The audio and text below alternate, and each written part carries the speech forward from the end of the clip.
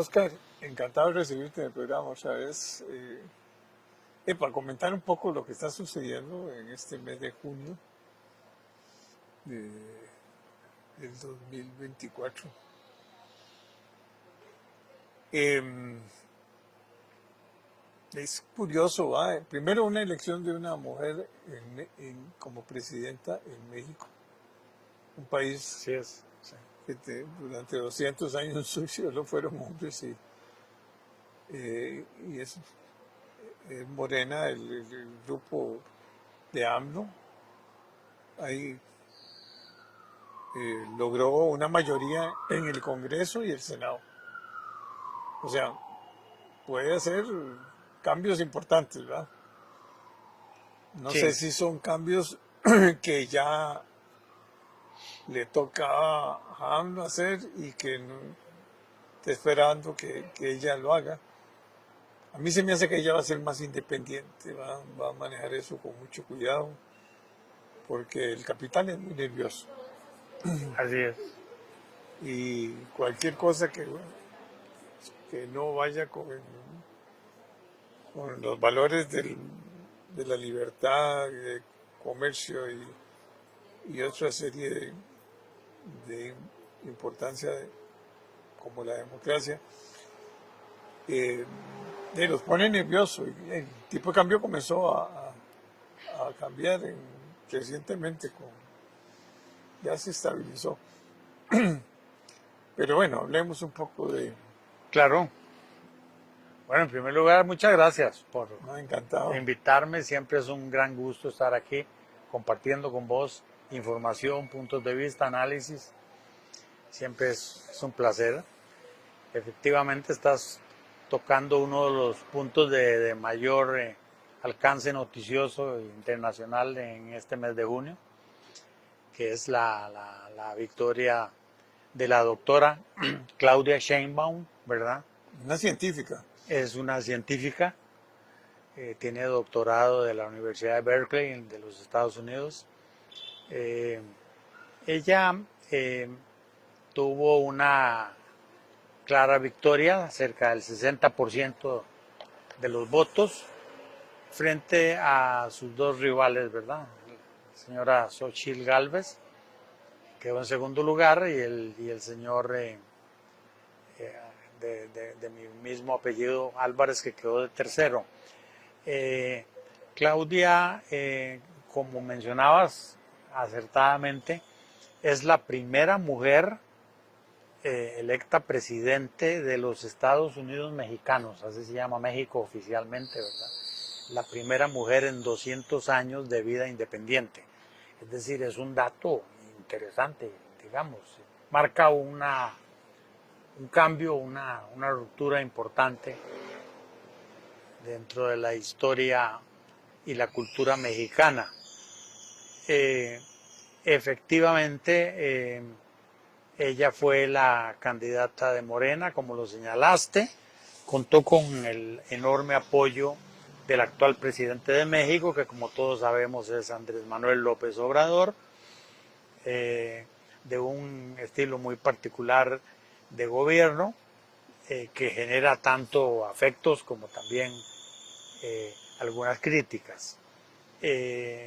Algunos analistas han dicho que, sin quitarle mérito a la doctora Sheinbaum, sin quitarle mérito porque fue muy buena candidata, también pesó mucho el legado de AMLO. Digamos, AMLO sigue teniendo apoyo popular en México. Eso es un hecho indiscutible que se puede documentar, ¿verdad? Eso no significa una opinión mía a favor de AMLO o en crítica de AMLO, sino que los hechos indican que tiene apoyo popular. Como lo señalaste acertadamente, la doctora Sheinbaum genera expectativas, esperanzas en algunos y también preocupaciones en otros, indiscutiblemente. Los mercados empezaron a marcar ciertos grados de nerviosismo después de su victoria. Eso es también muy claro. A ella la veo tratando de sortear esos desafíos la noté dando algunas señales como de confianza, es decir, llama por teléfono a Luis Almagro, que es el secretario general de la OEA, detalle con el que no había caracterizado a la gestión de AMLO. AMLO nunca llamaba al secretario general de la OEA. La doctora Sheinbaum llama por teléfono, atiende la llamada de Luis Almagro. Eso marca un estilo, digamos, como de un poquito diferente en su política exterior, ¿verdad? Como de mayor conciliación o diálogo respecto a organismos internacionales, ¿verdad? Tipo OEA, Organización de Estados Americanos. Luego también puso mucho énfasis ella en sus equipos de imagen, en que había recibido felicitaciones del presidente de Estados Unidos, llamada telefónica de Kamala Harris, ¿verdad? Llamada telefónica de Justin Trudeau del Canadá, como dando a entender que ella tiene buena acogida dentro de ese tipo de mandatarios, ¿verdad? Sí. También le preguntaron si ella estaba de acuerdo con que hubiera mayores inversiones de China en México y dijo, efectivamente, claro que sí, por supuesto. Es bienvenida la inversión. La inversión china en México es muy bienvenida, dice. Sin embargo, nosotros también tenemos una gran amistad, un tratado de libre comercio con Estados Unidos. Sí, con Estados Unidos. Es el mayor exportador. Y con México, así es. A Estados Unidos, ¿verdad? Sí. Es el mayor exportador. Sí. Entonces ahí le noté como, digamos, una madurez como para entender la importancia de las inversiones de China, pero también dejar claro que también existe el TEMEX, Tratado México, ¿verdad? Estados Unidos y Canadá. Ella dijo que ese es nuestro principal acuerdo de comercio, sí. Me parece que ahí está tratando también de calmar a los mercados, calmar las aguas y decir, yo soy una mandataria, digamos, balanceada, pragmática, ¿verdad? Eso le noté a la doctora. Y por su misma formación, sí. Ella no va a estar haciendo... Ella es científica. Desayunos ¿sí? Todos los días. ¿Ah? Se espera que ella tenga... Y deja al ministro de Hacienda. Sí. Y a otras figuras importantes. El ministro de Hacienda, que es muy importante dentro de la estabilidad de los mercados, sí, va a permanecer. Es decir, que por ese lado también anda calmando las aguas. Sí. Pero es una victoria importante, indiscutible, ¿verdad? Para nosotros como costarricenses es muy importante, digamos, tomar en cuenta a México, ¿verdad? Cercanía geográfica, identidad latinoamericana, y México desde luego es fundamental. Es un líder en Latinoamérica. Como líder latinoamericano y también como socio estratégico de los mismos Estados Unidos de América y de Canadá, por supuesto, también, ¿verdad? Entonces, un capítulo importante, el de la doctora Sheinbaum, y vamos a ver cómo sale su administración. Yo esperaría un tono un poco más reposado y un poco menos, digamos, menos populista que el que ha practicado AMLO, Andrés Manuel López Obrador. Espero una mandataria un poquito más moderna, más democrática, ¿verdad? Ojalá que no me equivoque, ¿verdad? Ojalá que no me equivoque. No, bueno, yo creo que sí. Son demasiados intereses comunes, sí. Son pueblos muy unidos. La mayor población de migrantes en Estados Unidos es mexicana, ¿eh? Así es. Ese es un tema ahí. Así es. Que van a tener que enfrentar, ya Así sea es. que gane Trump o que gane... Sí. Sheinbaum Biden. también, como lo señalaste adecuadamente, tiene mayoría en ambas cámaras. No tiene mayoría calificada, según los últimos datos que estuve revisando, pero sí tiene mayoría simple, que ya es algo, ¿verdad? Y por su parte, AMLO pues quiere introducir una serie de reformas al Poder Judicial, que eso sí genera nerviosismo Claro, en sectores empresariales de México, ¿verdad? porque es una democracia ya bastante madura. Sí, Después de tener durante no sé cuántos decenas de años sí. a un solo partido político, ¿va? Curiosamente, cómo se desaparecen en el mapa político el PRI, el PAN y el otro partido que El era PRD, el PRD, sí, efectivamente, porque ellos hacen se fusionan ahí, una alianza, correcto. una coalición, pero no logran. Sí, en México se pasó del PRI como gran partido hegemónico durante 70 años, ¿verdad? A una apertura democrática que empezó con la presidencia de Vicente Fox del PAN, Partido de Acción Nacional. Luego también fue presidente Felipe Calderón, también del PAN. Y ya más recientemente se fue perfilando como partido principal Morena, que es como Pero sabemos. Morena nace del PRD o de otro Morena nace partido, de varias porque él fue fuerzas, alcalde de la sí. Ciudad de México, ¿no? Incluso AMLO fue del PRI también. Sí, sí. Sí, Y entonces la tendencia ahora es que hay un nuevo partido, así lo defino yo, hay un nuevo partido hegemónico en México, ya no es el PRI, ahora es Morena. Y en alguna medida Morena se parece en algunos aspectos primo hermano, por lo menos. al PRI, se parece, sí. Y mientras que, como lo señalabas adecuadamente, los partidos más tradicionales como el PRI, Partido Revolucionario Institucional, el PAN, Partido de Acción Nacional, y el PRD, Partido Revolucionario Democrático, eran los que apoyaban a la candidatura de Xochitl Gálvez, y en esta oportunidad, en esta elección, han quedado, digamos, atrás, han quedado en un distante segundo lugar.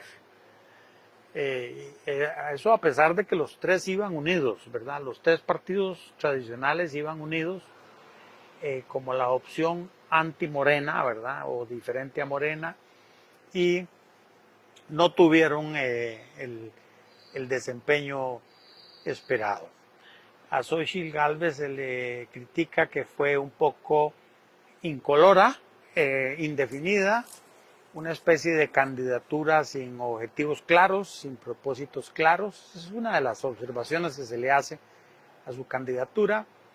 Y otro elemento que puede haber contribuido es el hecho de que estaba la agenda del PRI, estaba la agenda del PAN, estaba la agenda del PRD, y se trataba de conseguir una síntesis entre los tres, y la tal síntesis resultó muy amorfa y muy incolora. Entonces tampoco despertó mucho entusiasmo en El mensaje no era en el un mensaje electorado. claro. No fue un mensaje claro, definido, simple. Y por otro lado, también hay que reconocer que es muy difícil enfrentarse a lo que es la presencia de AMLO todos los días En los medios, en las mañaneras. las mañaneras. Es decir, todos los días en la mañana, hablando una hora o más sobre todos los temas divinos y humanos, ¿verdad? Señalando la agenda del día. Es decir, él se convirtió en el presidente que a la vez es el que pone la agenda mediática del día. Es muy difícil contrarrestar eso desde la oposición, ¿verdad? Y por otro lado, también se señala como uno de los elementos que favoreció a Sheinbaum el fuerte estatismo en el sistema mexicano, que significa que hay millones de mexicanos recibiendo todo tipo de subsidios y beneficios sociales, casi que un cheque mensual, ¿verdad? En diferentes formas. Y entonces eso significa que hay una clientela muy fuerte dispuesta a ir a votar por Morena. Es muy difícil contrarrestar ese tipo de tendencias. Bueno, hablemos de otros temas ahí. Este mes ha sido Sí, sí. muy prolífero. Y bueno, está lo de la reunión de la G7, ¿verdad? En que se reunieron los grandes, ¿verdad? Excepto China, que dijo que al no asistir Rusia, que no le interesaba. Y lo mismo pasó con India, Brasil, y México y los partidos del famoso BRIC. Pero, y ahí, G7 lo que llegó es a decir básicamente hay que apoyar a Ucrania, ¿verdad? Hay que ver si se le da más apoyo logístico, ¿verdad? Más, Sí. más recursos financieros, ¿verdad? Por otro lado, se está hablando de que se utilicen los recursos que de embargo a Rusia, ¿verdad? Rusia dice que eso es una estafa, que le están quitando la plata de ellos. Yo me imagino que los europeos dicen decir, no, ya no aguantamos tanto gasto, ¿verdad? Rusia se ha consolidado en ciertas zonas, bueno, tenía Crimea y ahora tomó 2 o 3 grandes ciudades que eran ya prorrusas de por sí, ¿verdad? Y está diciendo Putin, bueno, yo quiero la paz, pero una paz en que no se meta Ucrania dentro de la OTAN, Sí, sí. que se respete como país independiente, que no haya riesgos, digamos, de un Rusia que, bueno, no deja de tener fuerza, está muy apoyado ahora por Corea del Norte, apoyado lógicamente por China. A China le están advirtiendo que tengan cuidadito porque le pueden cerrar las puertas, ¿verdad? Es interesante cómo comienza a jugar la parte económica en esta situación, ¿verdad? Así es. Muy importante esa reunión. En realidad, en los últimos días hubo 3 acontecimientos importantes en Europa. Uno, la elección del Parlamento Europeo. El otro es, como señalas, la cumbre del G7. Y tercero sería la cumbre por la paz en Ucrania que se realizó en Suiza. Comentando la reunión del G7, recordarle aquí a nuestros oyentes, recordarles que el G7 es el gran foro de países, Desarrollado, sí, de digamos, grandes economías. que son economías desarrolladas, industrializadas y democráticas. Esos son los rasgos fundamentales de este G7. Dentro del G7 son miembros, en primer lugar, Estados Unidos y Canadá por América, ¿verdad? En cuanto a Europa, son miembros Reino Unido, Francia, Alemania e Italia. Sí. Y por parte de Asia está como representante Japón, ¿verdad? A eso le llaman el grupo de los 7, que se reúne todos los años, ¿verdad? Se reúne todos los años. Esta vez se reunieron en Italia. El año entrante se reúnen en Canadá, por cierto, sí. Pero esta vez se realizó el G7 en Italia, sí. La anfitriona fue la presidenta del Consejo de Ministros, que es Giorgia Meloni, a la que hay que ponerle atención porque es una lideresa emergente. Se considera que está marcando mucho la nueva agenda europea, ¿verdad? En Europa hay algunos líderes que ya van de salida. Por ejemplo, Rishi Sunak, el primer ministro del Reino Unido, bastante debilitado, incluso con el riesgo de perder las próximas elecciones, ahora a inicios de julio. Emmanuel Macron, que perdió las elecciones del Parlamento Europeo recientemente frente a Marine Le Pen, el mismo Scholz, alemán, que también tuvo un resultado muy negativo en Alemania. Entonces, la única figura ganadora en la elección del Parlamento Europeo fue Giorgia Meloni, que es de una derecha radical, ¿verdad? En el lenguaje así popular se diría que es de extrema derecha, ¿verdad? Yo prefiero usar el término de derecha radical, ¿verdad? Sí. Ella fue la gran anfitriona de esta reunión y, por cierto, que se notó mucho la influencia de ella en varios temas. Como señalabas correctamente, en este G7 de Italia, uno de los puntos centrales fue el tema de Ucrania, de la guerra en Ucrania, ¿verdad? Se aprobó una ayuda militar y económica de 50.000 millones de dólares adicionales para apoyar a Ucrania.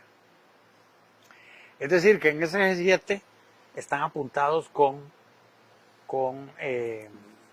solidaridad con Ucrania y son adversarios de Rusia, para no decir enemigos, ¿verdad? Claramente.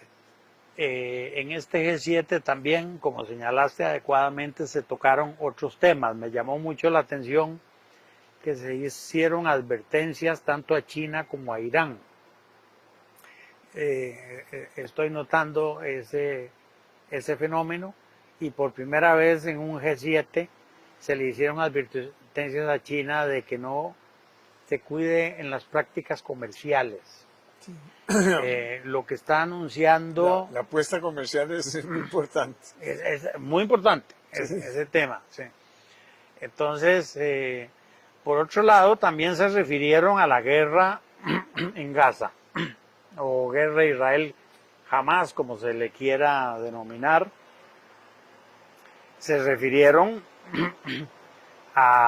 digamos, a que es importante que Hamás acepte el cese al fuego, pero que también es importante que el gobierno de Netanyahu, el gobierno de Israel, limite o modere sus operaciones en Rafah.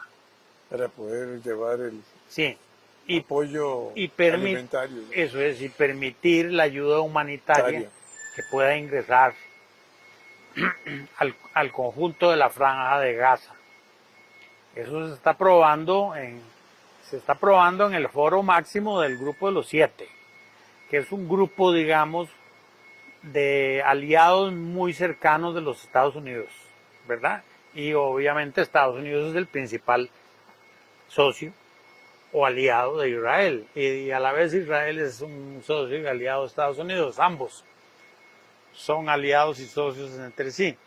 Pero entonces, aún en el G7, digamos, se muestra, desde luego, una condena a Hamás y un llamado a que respete el cese del fuego, pero también se invita a la limitación de las operaciones del gobierno de Israel en Rafah.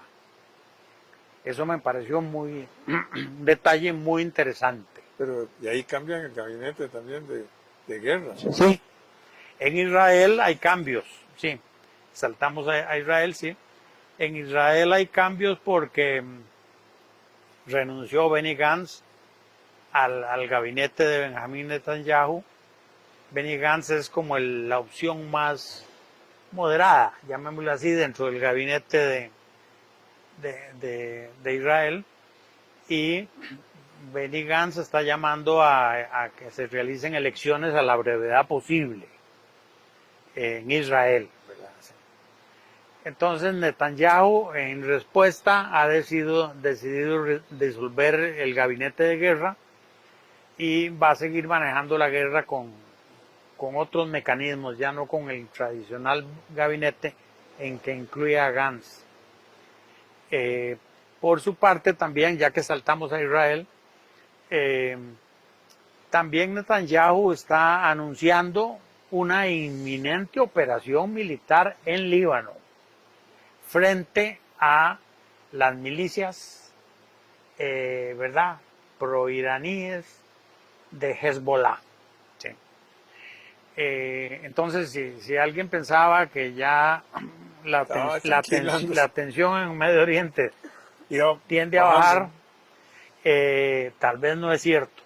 Tal vez no es cierto porque Netanyahu está anunciando un posible nuevo frente de guerra, esta vez ya no contra Hamas, en el que ya ese frente está abierto, sino esta vez contra Hezbollah, que está en el norte de Israel, en el territorio del Líbano. Entonces es un tema que también al que hay que ponerle mucha atención. Un posible nuevo conflicto militar, Israel-Hezbollah, ¿verdad? Pero nos devolvemos a Europa. Ahí además del G7, de la reunión del Grupo de los Siete, se realizó otra La cumbre en cumbre de Suiza. paz. Sí. Sí, en Suiza se realizó la cumbre por la paz en Ucrania, ¿verdad? En que el anfitrión fue nada menos que la presidente de Suiza, sí, la señora Viola Amherd, que es la presidente de la Confederación Suiza, es decir, de Suiza. Sí. Curioso porque Suiza generalmente es vista como un país, y es un país neutral, lo es, ¿sí? Pero esta vez el país neutral decidió convocar a una conferencia de paz en Ucrania, por el tema de Ucrania. La participación fue bastante amplia, llegaron 92 países, 92, que es algo importante, ¿verdad? A nivel planetario, sí. Entre ellos estaba presente el G7, también hubo representantes de Naciones Unidas. Le preguntaron a Naciones Unidas que por qué asistía, dijeron, bueno, porque nosotros, si hay un tema de paz de por medio, tenemos que asistir. La misión. Sí, sí. Y entonces, también en esta cumbre hay pros y contras, hay comentarios a favor. Se le señaló a Suiza digamos, el mérito de que está convocando una conferencia de paz como positivo, pero también se le señaló que por qué no se invitaba a todas las partes que están en conflicto. Ese fue un tema que se estuvo discutiendo mucho, porque sí fue invitado Volodymyr Zelensky, que es el presidente de Ucrania, y estaba presente y habló y influyó y tuvo un rol muy activo, que me parece lógico y normal, pero también no se invitó a Putin, no se invitó a Rusia.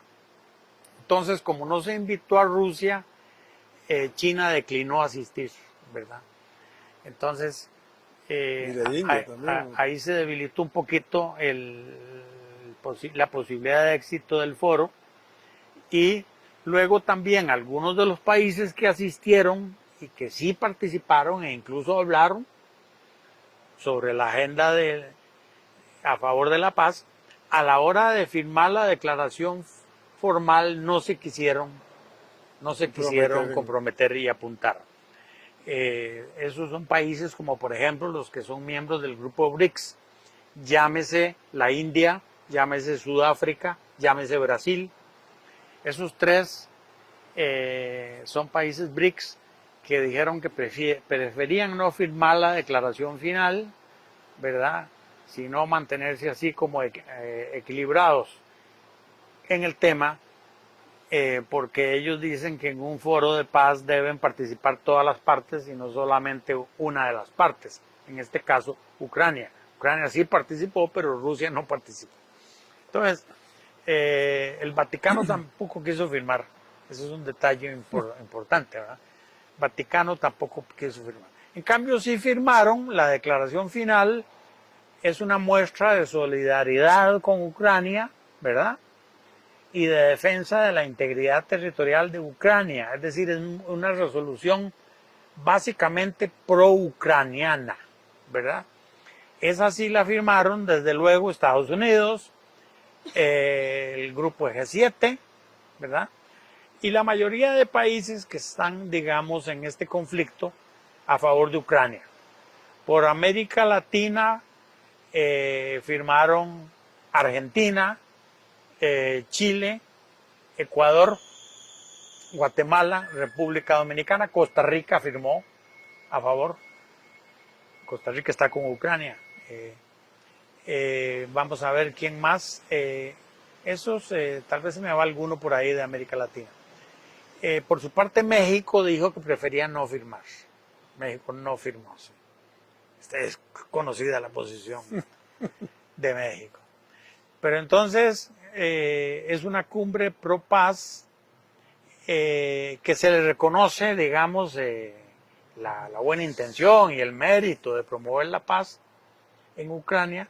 Sin embargo, se le señala como una limitación del foro el hecho de que No estuviera Rusia. no estuvieran todas las partes. Es decir, si Claro. usted quiere firmar la paz en algún caso concreto de algún conflicto, hay que incorporar a las diferentes partes.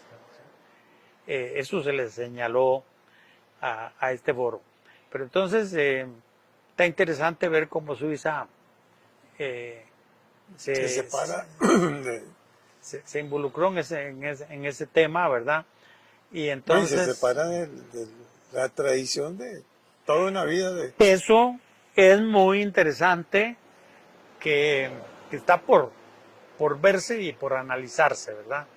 neutralidad Que absoluta. Suiza ha sido el país, uno de los países más neutrales del mundo, diría yo, tal vez el más, ¿verdad? Pero en este caso habría que preguntarse si eso es neutralidad, si promover una conferencia de paz, en este caso, pro Ucrania, ¿verdad? Y con una agenda muy, muy a favor de Ucrania, si eso está comprometiendo su neutralidad, ¿verdad? En un tema muy militar, porque es un tema militar, porque está de por medio un conflicto militar entre Rusia y Ucrania, ¿verdad? Bueno, Oscar, Sí, ya interesantísimo todo lo que está pasando. está pasando de todo, sí, en este mes de junio, sí, Y esperemos ahora que nos volvamos a ver el otro mes perfecto. para ver cómo están los movimientos políticos, geopolíticos, ¿verdad? Que nos afectan a todos, porque la gente cree que no, pero si hay paz, Sí si nos hay, afecta, claro, si esto se corrige o si se empeora, esta amenaza de Rusia es preocupante, ¿verdad? sí. Y también pareciera que sigue teniendo mucha fortaleza económica, ¿verdad? Así Bueno, es. entre comillas, pero como que no está tan golpeada como pensó todos los países europeos que iban a golpearlo. Yo creo que los más golpeados por los precios de los combustibles, el petróleo y el gas fueron los europeos. Bien, veamos noticias, porque la otra noticia Claro, que podamos discutir el mes entrante es las elecciones de Estados Unidos, ¿verdad? Que se sí, está moviendo ¿cómo no? y ahí no sabe uno, un expresidente acusado, condenado, que ahora está apelando lógicamente y sigue manteniendo su popularidad. Un Biden que tiene un hijo que lo están tratando de involucrar en problemas con armas y drogas y no sé qué. Pero todo eso sí nos afecta mucho más a nosotros. Esperemos que Estados Unidos logre, ojalá, conciliar la familia. Yo veo que se ha polarizado Tema mucho, ¿verdad? fundamental para los próximos 5 meses, un poquito menos, sí. Es la elección del 5 de noviembre en los Estados Unidos. Indiscutiblemente es la elección de mayor peso y de mayor trascendencia, Para ¿verdad? nosotros es Para vital. nosotros es Y para el mundo, vital. posiblemente. Sí, sí, no, para el mundo también. Sí, sí, es la elección de más repercusiones económicas, políticas, geopolíticas, de toda índole, ¿verdad? Incluso el resultado de la elección puede influir hasta en la evolución de conflictos militares, ¿verdad? Dependiendo del resultado, el 5 de noviembre, eso puede repercutir en cómo evolucionan los conflictos en Israel, Irán, Israel, Gaza, Israel, Hezbollah, Ucrania, Rusia y otros más. Bueno, Oscar, Claro que sí. muchas gracias. Perfecto. Muchas gracias a vos.